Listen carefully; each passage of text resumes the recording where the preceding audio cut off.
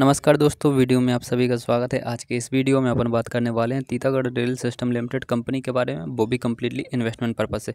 इस वाले वीडियो में दोस्तों अपन जानेंगे कि ये कंपनी काम क्या करती है, इस कंपनी का शेयर होल्डिंग पैटर्न क्या कहता है, फाइनेंशियल रेशियोज, फाइनेंशियल ट्रेंड क्या कहते हैं, और अंततः अपन इस निष्कर्ष पर भी पहुँचने की कोशिश करेंगे कि क्या हमें इस कंपनी में इन्वेस्ट करना चाहिए या फिर नहीं। तो दोस्तों सबसे पहले बात करते हैं कि ये कंपनी काम क्या करती है। तो ये कंपनी पैसेंजर कोचेस बनाती है, इसके अलावा फ्रेट वैगन्स बनाती है। इसके अलावा अगर आप प्रपल्सन सिस्टम में बात करेंगे तो ये कंपनी ट्रैक्शन मोटर्स बनाती है, साथ ही साथ व्हीकल कंट्रोल सिस्टम्स भी बनाती है। हालांकि दोस्तों इन सारी चीज़ों के अलावा ये कंपनी ट्रेंड्स के रिगार्डिंग और भी काफ़ी सारे इंपॉर्टेंट कंपोनेंट्स बनाती है।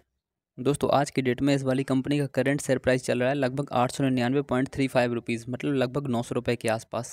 आज की डेट में इस कंपनी का मार्केट कैपिटलाइजेशन है लगभग 12,000 करोड़ और एंटरप्राइज वैल्यू है लगभग 11,571 crore. Enterprise value market cap में अंतर यही होता है कि आज की डेट में अगर आप कंपनी को खरीदना चाहें तो आप 12,000 करोड़ रुपए की खरीद सकते हैं, और एक्चुअली में कंपनी आप लोगों को पड़ रही होगी 11,571 करोड़ की। इसका मतलब कंपनी के पास कहीं ना कहीं कैश ज़्यादा है डेट के कंपेरिजन में।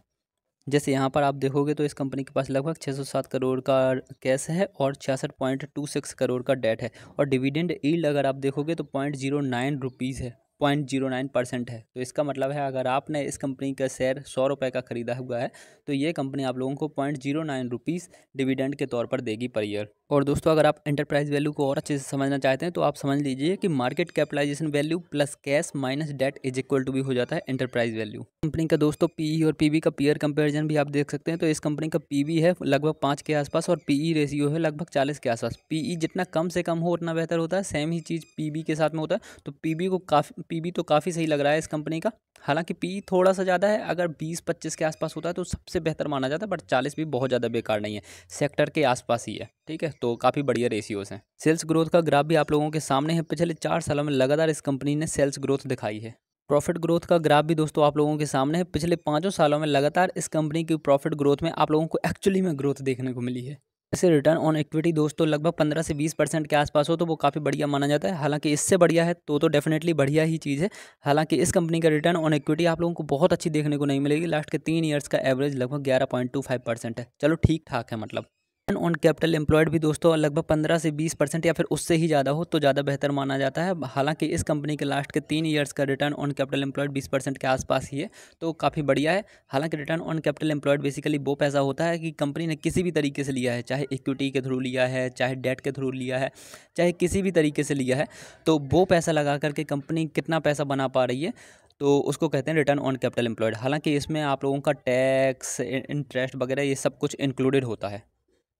डेट टू इक्विटी तो 0.03 ही है, जो कि काफ़ी बढ़िया है, इसमें कोई संदेह नहीं है। अब दोस्तों एक बार इस कंपनी का शेयर होल्डिंग पैटर्न देख लेते हैं। तो प्रोमोटर होल्डिंग इस कंपनी में लगभग 40% के आसपास है, जो कि बहुत ही अच्छी होल्डिंग है प्रोमोटर्स की। ठीक है, म्यूचुअल फंड की होल्डिंग भी 9% से ज़्यादा है। डीआईज की होल्डिंग भी यहाँ पर 4% से ज़्यादा हो चुकी है। एफआईज की इन्वेस्टमेंट भी यहाँ पर 11% से ज़्यादा हो चुकी है। और रिटेल इन्वेस्टर्स मतलब आपके मेरे जैसे इन्वेस्टर तो यहाँ पर 34% है ही।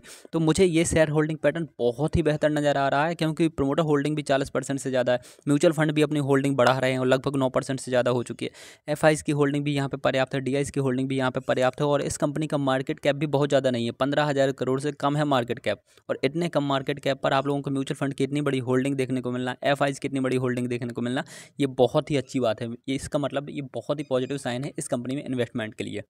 दोस्तों एक बार इस कंपनी का फाइनेंशियल ट्रेंड भी देख लेते हैं तो आप पाओगे कि पिछले 3 सालों में लगातार इस कंपनी ने अपने रेवेन्यू में ग्रोथ दिखाई है। हालांकि पिछले 4 सालों में तो आप नहीं कह सकते, बट पिछले 3 सालों में लगातार इस कंपनी ने रेवेन्यू में ग्रोथ दिखाई है।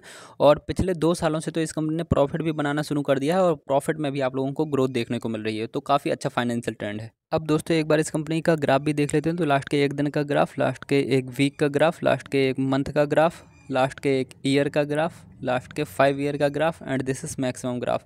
तो आप पाओगे कि इस कंपनी ने लगभग 2008 के आसपास आई थी, 2008 से लगभग आप लोगों को 17-18 सालों में 500% के रिटर्न्स दिए हैं, जो कि ऑफकोर्स ठीक ठाक हैं। ठीक है, हालांकि लास्ट के 5 ईयर्स में इस कंपनी ने बहुत ही अच्छे रिटर्न्स दिए हैं। उसके पहले तो ये कंपनी निगेटिव में गई होगी, बट लास्ट के 3-4 सालों से ये कंपनी बहुत ही अच्छा परफॉर्म कर रही है अपने इन्वेस्टर्स को रिटर्न्स देने के मामले में। तो लगभग 5 सालों में इस कंपनी ने लगभग 3,000% के आसपास के रिटर्न्स दिए हैं, जो कि बहुत ही अच्छे रिटर्न्स हैं। और अभी की डेट में अगर आप देखो तो इस कंपनी काफ़ी डिस्काउंट में मिल रही है।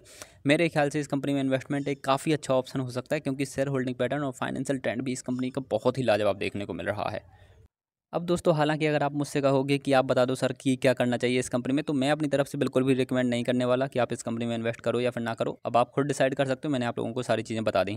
मैं सिंपली अपना बता सकता हूँ कि मैं क्या करने वाला हूँ। मैंने दोस्तों अभी तक इस कंपनी में इन्वेस्ट नहीं किया है, बट अब मैं दोस्तों इस कंपनी में डेफिनेटली इन्वेस्ट करने वाला हूँ। और अगर मेरे पास 100 रुपये हैं इन्वेस्ट करने के लिए, तो मैं 100 रुपये में से 4 या 5 रुपये इस कंपनी में इन्वेस्ट करूँगा, क्योंकि ये कंपनी मुझे बहुत पॉजिटिव साइन दिखा रही है।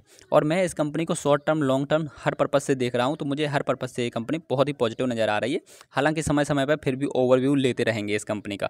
तो फाइनली आई होप दोस्तों आप लोगों को वीडियो में दी हुई जानकारी पसंद आई होगी। कोई डाउट या क्वेरी आप लोग डेफिनेटली कमेंट कर सकते हो, मैं आपके कमेंट का रिप्लाई देने की पूरी कोशिश करूंगा। अपन मिलेंगे अगले वीडियो में, आप लोग अपना ध्यान रखिए। Bye bye, take care.